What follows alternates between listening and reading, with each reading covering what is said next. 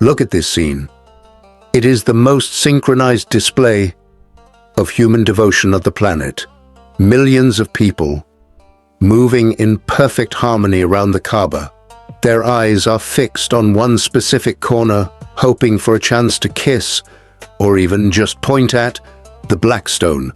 For over 1 billion people, this stone is a piece of heaven on earth.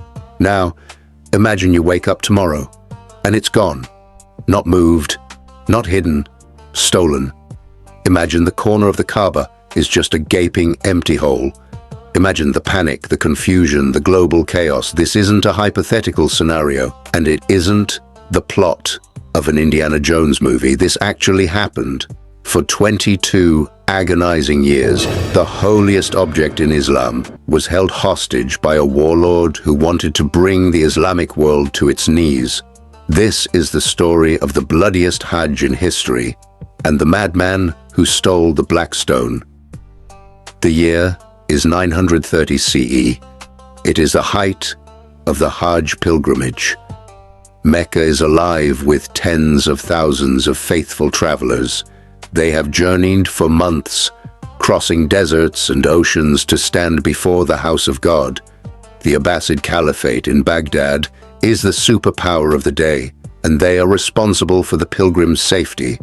Everyone feels secure. But on the 8th day of Dhu al-Hijjah, the horizon darkens. A small but terrifying army rides into the holy city. They aren't here to pray. They are the Qamatians, a radical, revolutionary sect from Eastern Arabia, and they are led by a 17-year-old military prodigy named Abu Tahir al-Jannabi. Abu Tahir didn't view the Kaaba as a sanctuary. He viewed it as an idol. He believed the Hajj was a superstitious ritual that needed to be purified, and his method of purification was total annihilation. Chaos erupts in the Grand Mosque, a place where killing even a fly is forbidden, becomes a slaughterhouse. Pilgrims, clinging to the curtains of the Kaaba, are cut down where they stand. The historical accounts are chilling. The Qamatians mocked the pilgrims as they killed them, shouting, "You say your God protects this house. Where is he now?"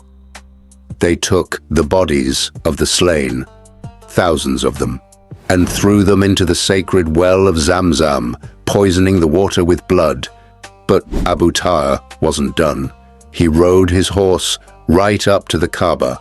He looked at the black stone, raised a heavy iron mace, or warhammer, and smashed it.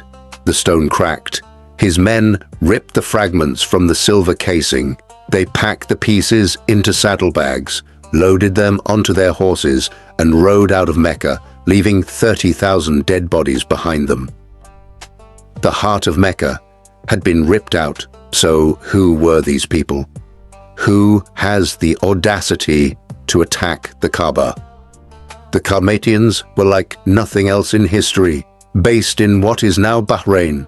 They were a millenarian sect, a group that believed the end of the world was near and a savior, a Mahdi, was coming.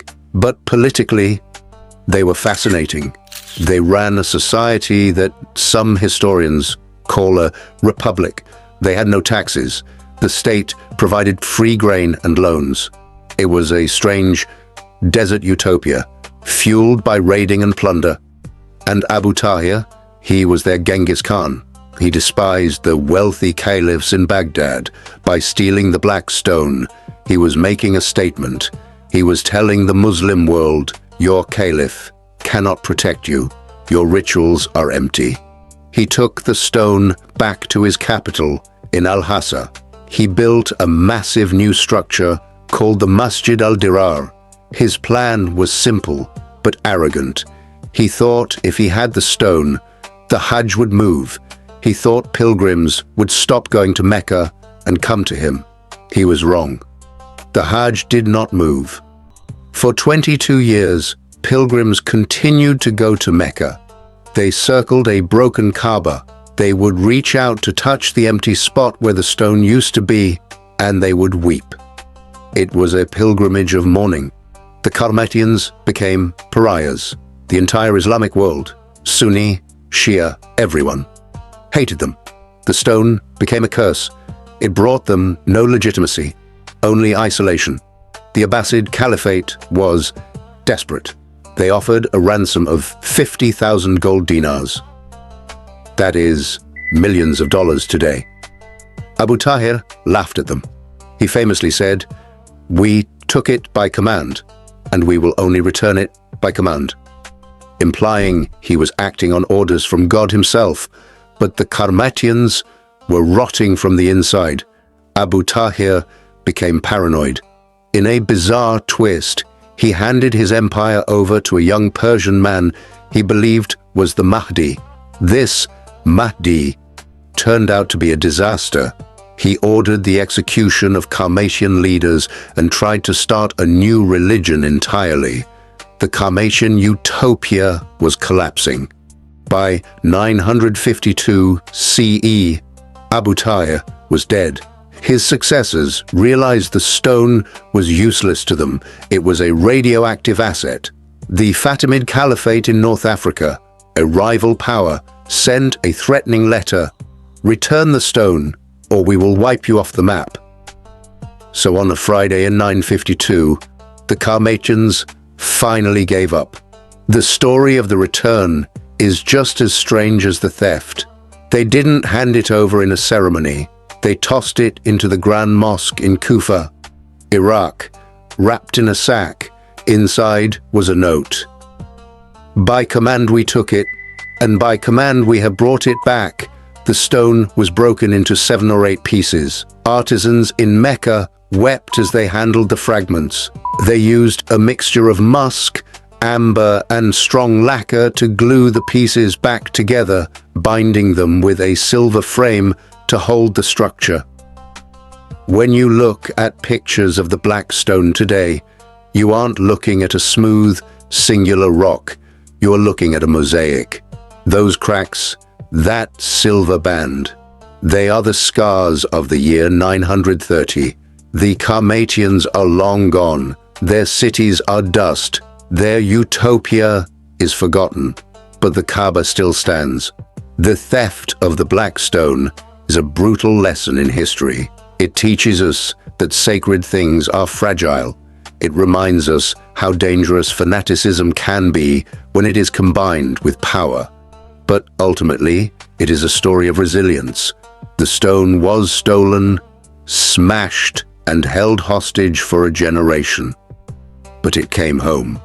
And today, when millions of people circle that house, they are walking in the footsteps of those who kept the faith, even when the corner was empty. If you enjoyed this deep dive into the hidden history of the Middle East, hit that like button. It really helps the channel. And tell me in the comments, had you ever heard of the Karmatians before today? Subscribe for more stories that history books often leave out. See you in the next one.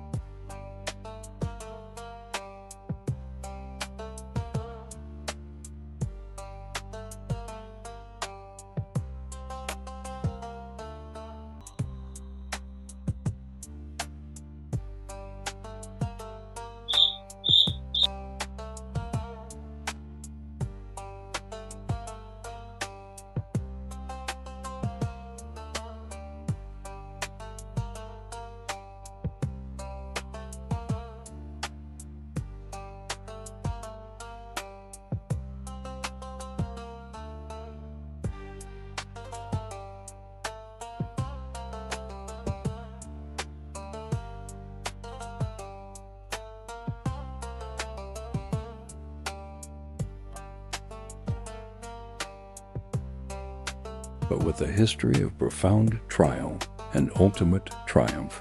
Thank you for watching. If you found this story as fascinating as I did, make sure to like this video and subscribe to our channel for more deep dives into the hidden corners of history. See you next time.